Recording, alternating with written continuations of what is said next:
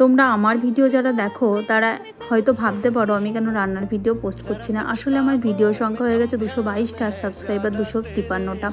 আমার ভিডিওতে খুব একটা ভিউজও আসে না, সাবস্ক্রাইবারও খুব একটা হয় না, কিন্তু আমি রান্না করতেও ভালোবাসি আর রান্নার ভিডিও বানাতেও ভালোবাসি। এটা আমার প্রায় অভ্যাসে দাঁড়িয়ে গেছে। সেই জন্য ভাবলাম কেউ দেখুক চাই না দেখুক, আমি কিন্তু ভিডিও বানাবোই।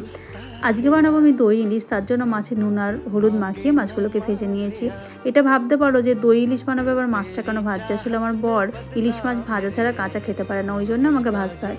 তারপর ওই তেলের মধ্যে ফোড়নে দিলাম আমি কালো জিরে, চেরা কাঁচা লঙ্কা, দিয়ে দিলাম সর্ষে পোস্ত, কাঁচা লঙ্কা বাটা, দিয়ে দিলাম ফেটানো টক দইটা, জল দিয়ে দিলাম স্বাদ মতো নুন আর হলুদ। এরপর দিয়ে দেবো আমি ভেজে রাখা মাছগুলোকে দিয়ে আমি কিছুক্ষণ সময়ের জন্য ঢেকেও রেখেছিলাম। তারপর ঢাকনা খুলে আমি ঝোলটা ফুটে আসলে ওর মধ্যে দিয়ে দেবো নামানোর আগ দিয়ে একটুখানি সর্ষের তেল আর চেরা কাঁচা লঙ্কা।